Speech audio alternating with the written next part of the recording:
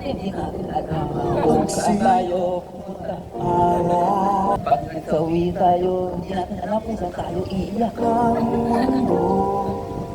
Ito ang isang kwento ng ating sender na pangalan natin si Oliver. Dear Papa Tutut.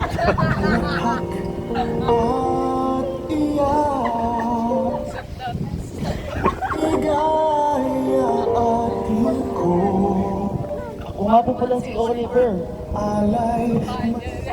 15 anyos. Nung iniwan kami ng aking pamilya. Sa maurang edad, papatutut ay nagtrabaho ako bilang isang tututan. Sigaw ng iyong puso. Pag may barakong tanag, akong tinatawag nila, papatutut. Ay hayaan. Sapat naman yung kinikita ko sa araw-araw para pabuhay ang aking pamilya, papatutut. Kwento ng pag-ibig at ng buhay. Anim kami magkakapatid at ako ang pinakamaliit sa akin. Yaman ng alaala sa buhay mo. Dahil sa mura kong edad, papatutut ay natuto kong kumayod mag-isa dahil mag-iwan nga kami ng aking ama.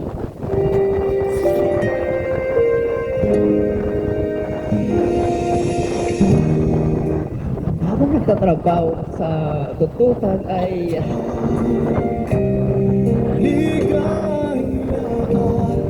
nakilala ko naman ang aking doon ko naman nakilala ang aking asawa na si Sid. Nagandahan ako sa kanyang papatutut kaya kinausap ko siya at tinututin. Pakinggan mo.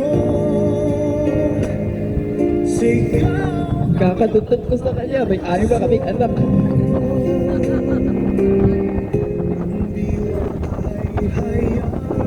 Kanya, minsan mamainit ako mag-ibang bansa. Kinangontra ko siya kung pwede ako mag-ibang bansa. Sabi niya sa akin,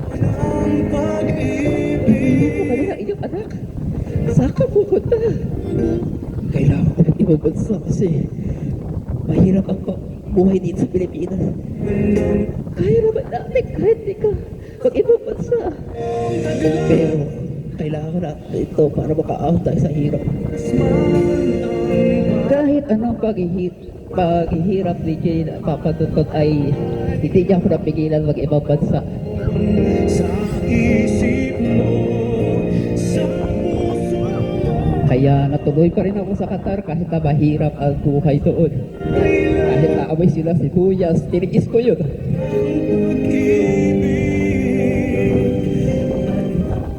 Pero pag uwi ko ng Pilipinas, papatutut, doon ako nagulat. May ibang asawa na pala si Jane.